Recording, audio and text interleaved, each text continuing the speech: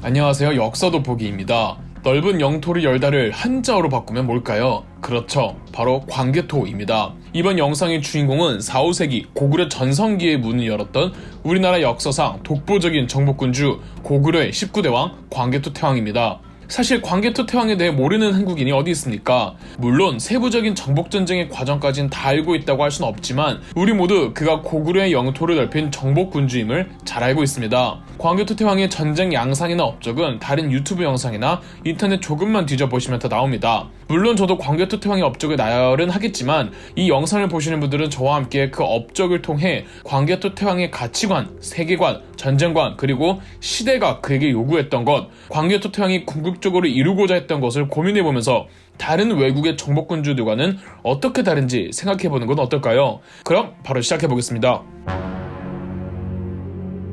광개토 태왕의 이야기는 그의 할아버지 이야기부터 해야 할 것 같네요. 광개토 태왕의 할아버지는 고구려 제15대 왕 고국원왕입니다. 고국원왕은 뭐랄까요? 원한이 많은 왕이었습니다. 고국원왕은 패기롭고 용감무쌍한 왕이었지만 그가 거둔 실적은 참 굴욕적이었습니다. 고국원왕은 중국의 연나라와 전쟁을 하다가 수도가 함락되고 선대왕의 무덤이 파헤쳐진 적도 있습니다. 수많은 포로들도 연나라에 잡혀가기도 했죠. 고국원왕은 눈을 남쪽으로 돌려 백제와 맞붙었는데 하필 상대가 백제의 근초고왕이었습니다. 고국원왕은 평양성에서 백제 근초고왕과 싸우다가 화살을 맞고 전사합니다.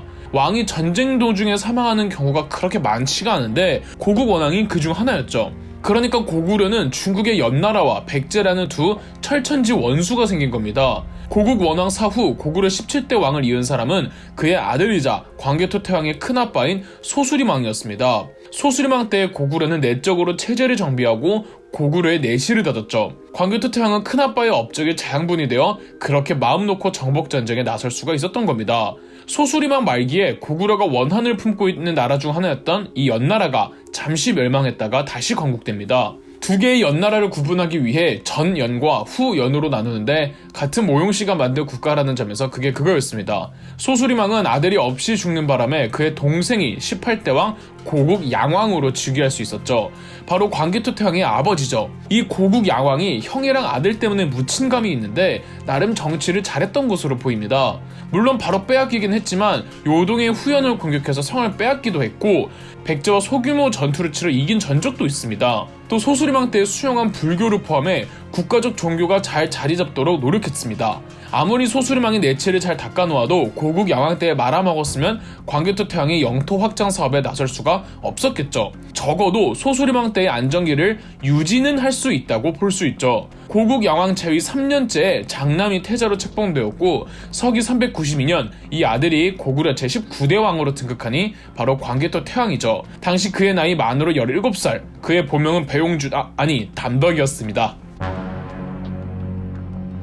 광개토 태왕의 영토 확장 과정 전에 이 고구려 병사들의 무기와 갑옷을 살짝만 언급해보고 가겠습니다. 고구려의 무기하면 역시 활이죠. 유목민족의 전통을 물씬 흡수했던 고구려는 짧고 많이 휘어있는 각궁을 사용했습니다. 고구려의 활을 국제적으로는 예맥 쪽이 사용한 활이란 뜻에서 맥궁이라고 불렸고 당시 맥궁의 우수성은 누구나 인정하고 있었답니다. 활 시위는 소나 말의 힘줄을 사용했고 활이 짧고 많이 휘어있으니 탄력성이 압도적이었습니다. 화살촉은 용도에 따라 크기와 넓이가 상이했죠. 고구려 고분벽화에 보이듯 고구려 병사들은 말 위에서 활을 쏘는 배사법, 이른바 파른티안 샷을 구사했고 이 파른티안 샷은 고도로 숙련된 기마술이 없으면 구사하기 힘들었다고 합니다. 석궁인 쇠뇌도 많이 사용했습니다. 검은 1m 이상의 외날 형직도 이 고리자루 큰 칼을 사용했고 이 형태의 검은 당시 동아시아에서 보편적으로 쓰이던 검이었습니다. 또 고구려는 부월수라는 도끼 전문 부대도 편성했습니다. 창을 살펴볼까요? 창은 기병이 쓰는 창과 보병이 쓰는 창이 따로 있었습니다. 이 방패는 나무, 가죽, 철판 등을 섞어 만들어 육각형 방패, 타원형 방패가 있었죠. 갑옷은 이 가죽 갑옷과 철 갑옷이 있었는데 아무래도 기병들이 보병보다 더 중무장을 했겠죠. 고분벽화에도 보이듯이 고구려의 철갑옷은 하나의 통으로 만든 판갑이 아니라 얇고 넓은 철판들을 가죽끈으로 엮어 이어 붙인 찰갑의 형태였습니다. 찰갑은 탄력성이 좋아 방어에 유리했고 몸을 유연하게 움직이기에도 편리했죠. 무엇보다 고구려의 철 재련술이 타의 추종을 불허했습니다. 백제에는 석공기술, 신라에는 세금기술이 발달해 있었다면 고구려의 철제기술은 국제적으로도 우수한 편이었습니다. 고구려 기병대 중 최정예 기병대는 말도 철제 무장화했는데 이 무장화한 말을 개마라고 불렀으며 개마를 탄 기병부대를 개마무사라고 불렀습니다. 지휘관들은 직급이나 신분에 따라 투구 장식을 넣기도 했습니다. 이 정도로 고구려의 병사들의 무기와 갑옷을 보고 바로 광개토태왕의 정복전쟁으로 넘어가 보겠습니다. 광개토태왕은 즉위하자마자 영락이라는 연호를 제정한 후 제위 원년 가을 백제를 공격했습니다. 광개토태왕은 첫 백제와의 전투에서 석현성을 비롯한 백제성 10여 개를 함락시켰습니다. 당시 백제의 왕은 진사왕이었는데 삼국사기 진사왕 본기 기사를 보면 진사왕은 담덕이 용병에 능하다는 말을 듣고 감히 나서지 못했다고 기록되어 있습니다. 광개토태왕은 더 백제를 밀어붙일 생각이었는데 북방의 거란족이 말썽을 부립니다. 고구려는 고국 원왕 이후 북쪽 국경지대의 국방력이 심각하게 약해져 있었고 거란족을 포함한 여러 부족들이 약탈을 일삼았습니다. 광개토태왕은 바로 군대를 돌려 북방으로 넘어가 거란족을 공격했고 거란족의 6에서 700영을 빼앗은 후 고구려인 포로 1만 명을 구출해냈다고 합니다. 광개토제왕 릉비에 따르면 이때 광개토제왕은 거란의 염수라는 강까지 이르렀는데 이 염수가 소금이 나는 강이랍니다. 광개토제왕의 거란 토벌은 포로 구출도 목적이었지만 아마 경제적인 이유도 있었던 듯합니다.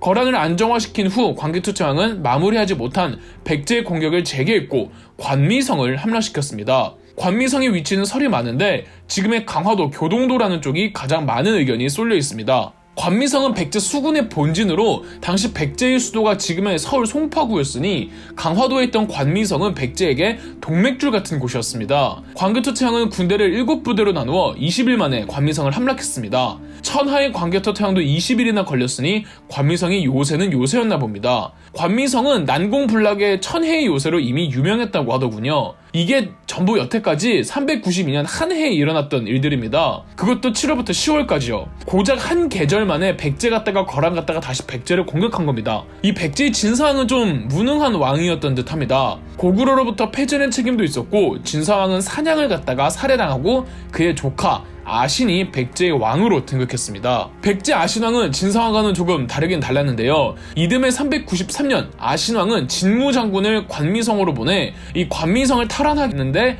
고구려군이 막아냈습니다. 관미성 함락이 후달리기는 후달렸나 보네요. 394년 백제군이 또 공격해왔고 광개토태왕이 직접 5천 기병대로 막아냅니다. 아마 개마무사들이었겠죠? 점점 고구려와 백제 사이 악연의 골이 깊어지고 있습니다. 이 광개토태왕은 우선 한강 유역에 성 7개를 쌓아 백제의 공격에 방비했습니다. 지금도 경기도 북부에는 이 고구려 물품들이 출토되고 있답니다. 395년 광개토태왕은 작정하고 백제 수도로 쳐들어갔습니다. 광개토태왕은 육군을 지휘하는 동시에 인천을 통해 수군을 보내 이 고구려 전함들이 한강으로 들어오기도 했습니다. 서울 사시는 분이라면 아시겠지만 백제의 수도 잠실은 한강을 끼고 있습니다.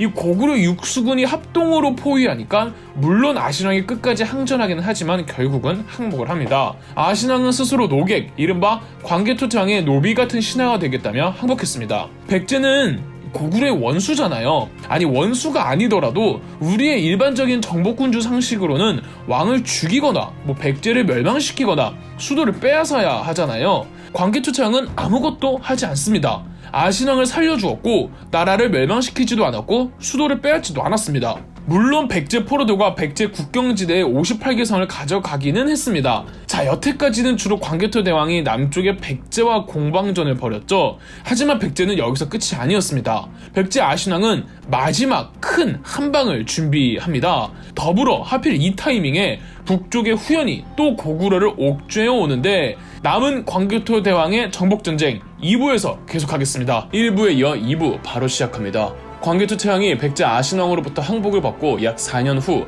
서기 400년 이번엔 북쪽의 후연이 시비를 걸어왔습니다. 고구려의 두 번째 원수 국가죠. 후연은 광개토태왕의 예절이 거만하다며 3만 명을 보내 신성과 남소성 2개 성을 함락시키고 돌아갔죠. 402년 광개토제왕은 반격에 나섰습니다. 후연의 선제 공격이 있고 광개토제왕이 바로 반격하지 못하고 반격에 나서기까지 2년이나 걸린 건 400년에 한반도 남부에서 큰일이 일어났기 때문입니다. 신라의 뇌물마립간이라는 왕이 고구려에 사신을 보내 구원병을 요청해왔습니다. 사연인즉슨 외의 병사들이 가야와 연합해 신라로 쳐들어와 국토를 쑥대밭으로 만들어 놓았다는 겁니다. 뇌물마르카는 고구려 국경지대까지 피신을 가야했고 신라의 구군은 바람 앞에 등불이었습니다. 갑자기 뜬금포로 가야와 외가 연합한 건 배후에 백제의 아신왕이 있었기 때문입니다. 광개토태왕에게 항복을 한 이후 아신왕은 재반격에 나섰고 백제가 또 직접 나설 순 없으니까 일본과 가야를 동원한 겁니다. 백제를 통해 해외 교역을 하던 가야와 외는 고구려의 서해안 장악이 반가울 리 없겠죠.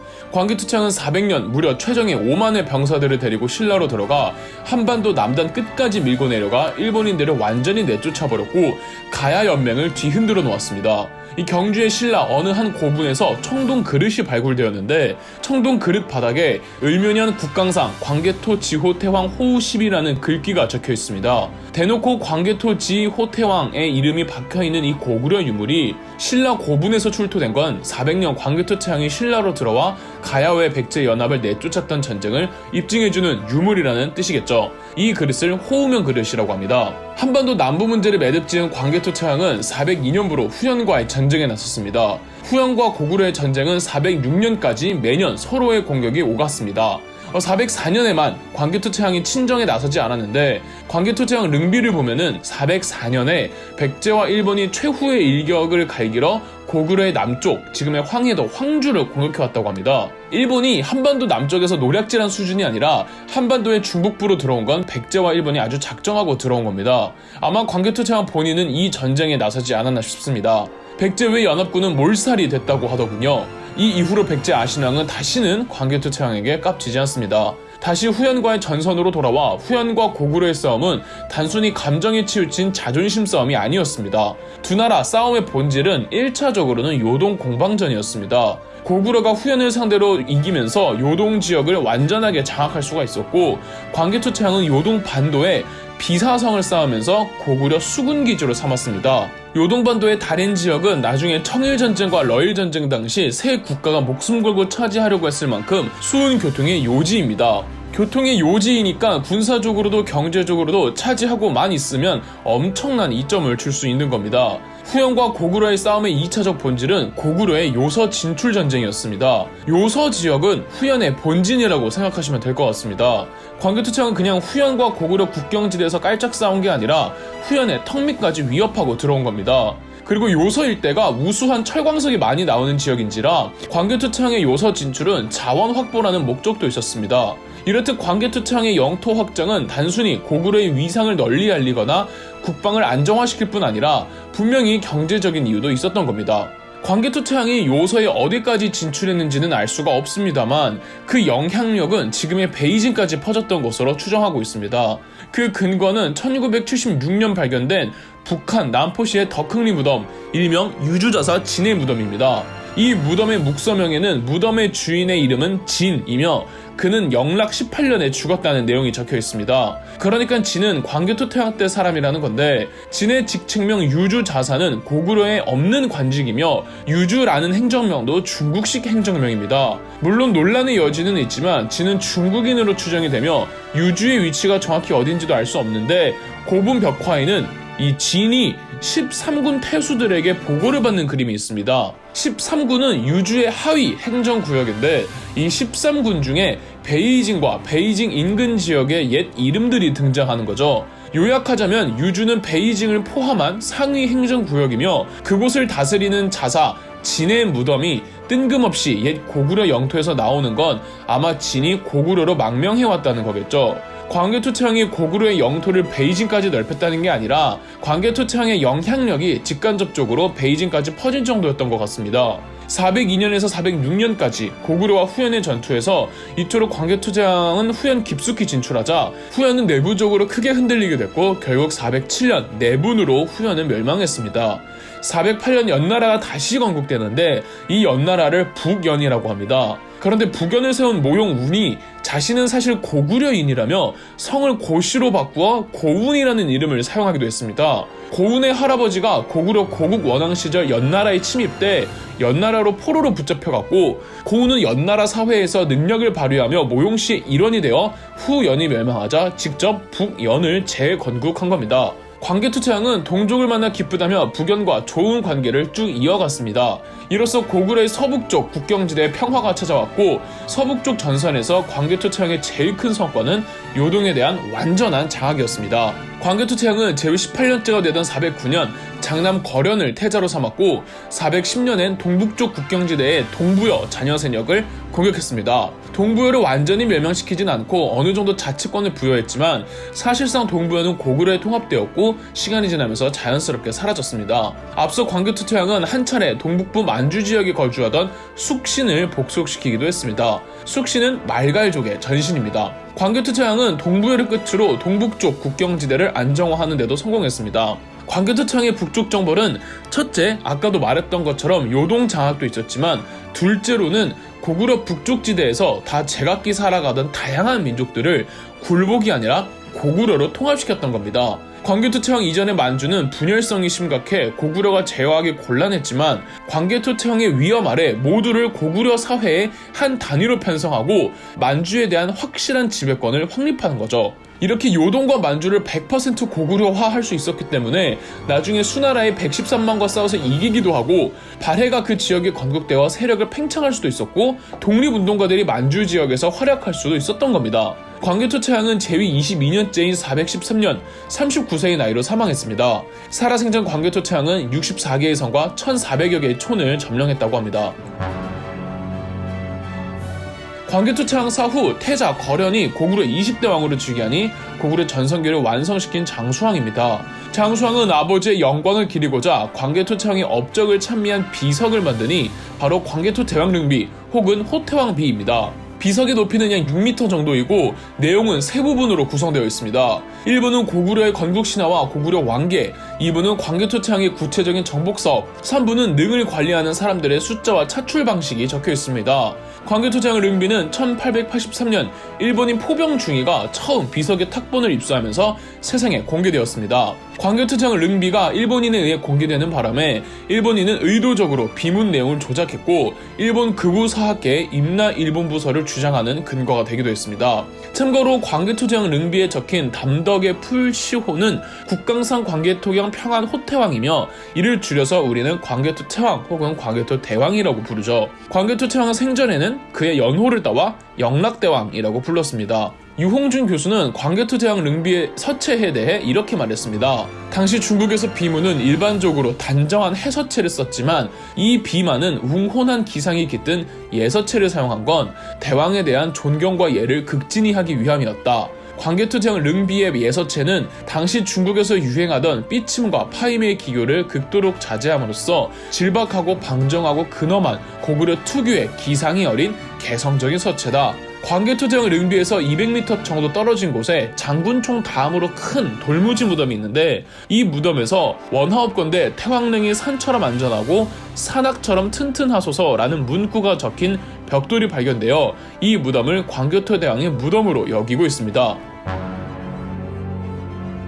원래 한 나라의 임금이 정복전쟁을 이유로 그렇게 오래 수도를 비운다는 게 쉬운 일이 아닙니다. 수도를 비운 사이 귀족들이나 민중들의 반란이 일어나지 말란 법이 어디 있습니까? 그럼에도 광개토 태왕이 그렇게 정복전쟁에 많이 나설 수 있었던 이유는 고구려의 내정이 완벽에 가까울 정도로 안정화되어 있었고 이는 큰아빠 소수리망에게 빚진 거랍니다. 소수리망도 소수리망이지만 중국 측 기록을 보면 광개토 태왕도 몇 차례 군사적 개혁을 단행해서 강력한 왕권을 보유한 국왕 밑으로 모두가 하나로 조직화되도록 시스템을 정비하기도 했습니다. 광개토 태왕의 전쟁 양상을 보면 어떨 때 의아합니다. 백제가 뻔히 다시 공격해 오리란 걸 알면서 몇 번이고 백제를 용서해주고 이미 영향력을 베이징까지 퍼뜨렸으면서 베이징까지 영토를 확장시키지 않은 것, 후연 멸망하면 그 영토까지 다 편입할 수 있었는데 그러지 않았던 것. 일본, 가야, 연합군이 신라를 괴롭힐 때 광개토 태왕이 5만 군사를 보내 마음만 먹으면 한반도 남부에 있는 국가 전부 멸망시키고